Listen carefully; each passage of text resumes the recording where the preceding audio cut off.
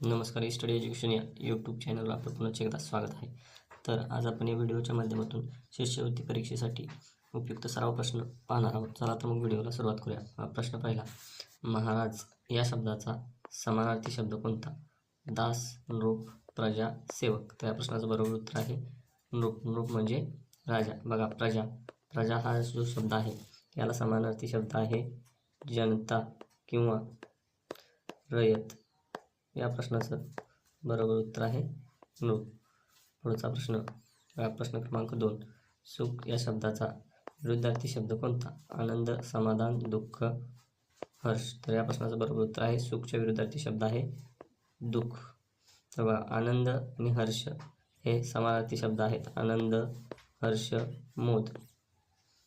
पुढचा प्रश्न बघूया. प्रश्न क्रमांक 3, तेनालीराम अगदी प्रामाणिकपणे उत्तरे द्यायचा या वाक्यातील विशेषण ओळखा. उत्तरे प्रामाणिक द्यायचा अगदी. तर बघा, विशेषण कशाला म्हणतात? नामाबद्दल विशेष माहिती सांगणाऱ्या शब्दाला विशेषण असे म्हणतात. तर या प्रश्नाचं बरोबर उत्तर आहे प्रामाणिक हे या वाक्यातलं विशेषण आहे. पुढचा प्रश्न बघूया. शेतकरी या शब्दाचे अनेक वचन काय?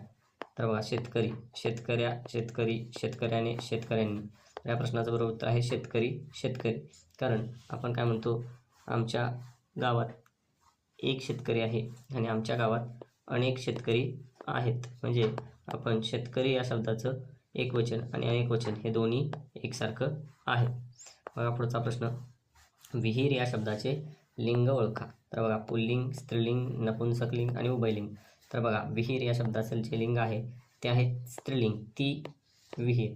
तर बघा, आपण लिंग पाहत असताना त्याला तो, ती, ते हे शब्द लावून पाहत असतो.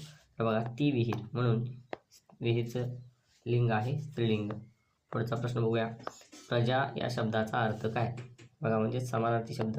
प्रजा या शब्दाचा समानार्थी शब्द राजा, जनता, शत्रू आणि सैन्य. तर या प्रश्नाचं बरोबर उत्तर आहे पर्याय क्रमांक 2, जनता. प्रजा म्हणजे जनता, त्याचबरोबर रयत हा सुद्धा त्यासाठी समानार्थी शब्द आहे. पुढचा प्रश्न बघूया. प्रश्न क्रमांक 7, घोड्यावर स्वार झालेले ते दोघेही बोलत निघाले या वाक्यातील नाम ओळखा. बघा, पर्यायामध्ये दिलेल्या घोड्यावर स्वार बोलत निघाले. तर बघा, या पर्यायांपैकी घोड्यावर म्हणजेच घोडा हे एका प्राण्याचं नाव आहे. तर आपण प्राणी, पक्षी, फुले, फळे, पर्वत, नद्या, डोंगर या सर्वांचं जे नाव आहे त्याला आपण नाव म्हणत असतो. तर बघा, पुढचा प्रश्न बघूया. श्रेष्ठ या शब्दाचा विरुद्धार्थी शब्द ओळखा. तर बघा, महान, कनिष्ठ, उत्तम, मोठा. तर बघा, श्रेष्ठ या शब्दाचा विरुद्धार्थी शब्द आहे कनिष्ठ, म्हणून पर्याय ब हे या प्रश्नाचं बरोबर उत्तर आहे. पुढचा प्रश्न पाहूया. बघा, पुढीलपैकी चुकीची जोडी ओळखा. राजा, राणी, मुलगा, मुलगी, शेतकरी, शेतकरीण, घोडा, घोड्या. तर बघा, इथं ज्या जोड्या आहेत त्या जोड्या लिंग या प्रकारावर आधारित आहेत. पुल्लिंगी जोडी आणि स्त्रीलिंगी जोडी अशा या जोड्या आहेत. तर बघा, राजा, राणी ही बरोबर आहे, मुलगा, मुलगी ही पण बरोबर आहे, शेतकरी, शेतकरी ही पण बरोबर आहे आणि घोडा, घोड्या ही चुकीची जोडी आहे. म्हणून या प्रश्नाचं बरोबर उत्तर आहे पर्याय क्रमांक 4. बघा, पुढचा प्रश्न आपण बघूया. आश्चर्य या शब्दाचा समानार्थी शब्द कोणता?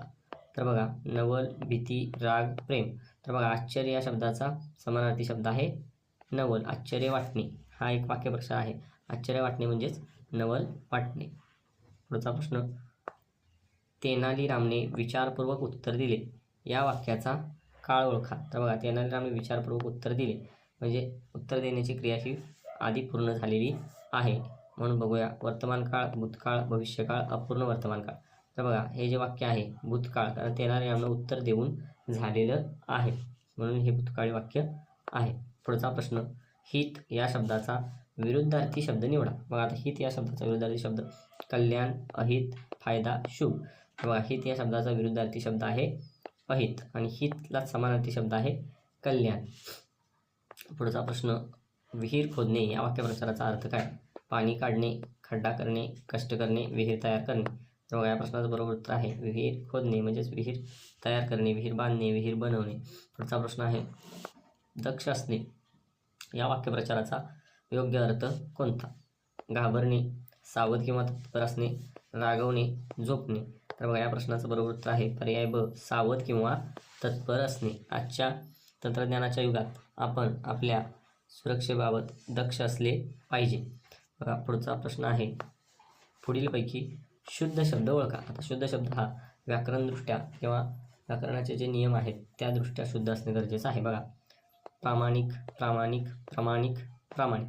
तर बघा यामध्ये पर्याय ब हा शुद्ध शब्द आहे. बघा पहिल्या पर्यायामध्ये इथं वेलांटी बदललेली आहे, इथं न बदललेला आहे, इथं पण न बदललेला आहे. प्रामाणिक हा पर्याय ब शुद्ध शब्द आहे. पुढचा प्रश्न बघा, महाराज कृष्णदेवराय हे न्यायप्रिय राजे होते. या वाक्यात किती नामे आलेली आहेत? 1, 2, 3 आणि 4. तर बघा या वाक्यामध्ये एकूण 3 नामं आलेली आहेत, म्हणून बरोबर उत्तर आहे पर्याय क. तर बघा महाराज हे एक नाम आहे, कृष्णदेवराय हे पण नाम आहे आणि राजे हा शब्द पण नाम आहे, म्हणून एकूण 3 नामे आलेली आहेत. पुढचा प्रश्न बघा, मग्न या शब्दाचा समानार्थी शब्द कोणता? दंग, शांत, रिकामे, आनंदी. तर या मग्नला समानार्थी जो शब्द आहे तो आहे दंग. मग्न असणे म्हणजे दंग असणे. एखादा व्यक्ती आपल्या कामात मग्न असतो म्हणजे तो त्याच्या कामात दंग असतो, त्याला इतर कोणतीही गोष्ट लक्षात येत नाही. पुढचा प्रश्न आहे प्रश्न, गाव या शब्दाचे अनेक वचन काय? बघा गावे, गावा, गावेन, गाव. तर बघा गाव या शब्दाचं अनेक वचन आहे गावे. आमच्या तालुक्यात अनेक गावे आहेत असं आपण म्हणतो, किंवा आमच्या आजूबाजूला 5 मोठी गावे आहेत. आमच्या गावाशेजारी अनेक लहान गावे आहेत. म्हणजे गाव या शब्दाचं जे अनेक वचन आहे ते आहे गावे. पुढचा प्रश्न, तो विहीर खोदत आहे या वाक्यातील सर्वनाम ओळखा. तर बघा विहीर खोदत आहे तो. तर बघा आपण सर्वनाम कशाला म्हणतो? आपण नामाऐवजी जो काही शब्द वापरणार आहे तो नामाऐवजी वापरल्या जाणाऱ्या शब्दाला आपण सर्वनाम असे म्हणतो. तर बघा या वाक्यामध्ये आता तो विहीर खोदत आहे, विहीर खोदत आहे तो. तर बघा या प्रश्नाचं बरोबर उत्तर आहे तो हे या वाक्यातील सर्वनाम आहे. अशा पद्धतीने आपण हे सर्व प्रश्न पाहिलेले आहेत. तुम्ही व्हिडिओ पाहिलात त्याबद्दल तुमचे धन्यवाद आणि असेच व्हिडिओ पाहण्यासाठी चॅनलला नक्की भेट द्या.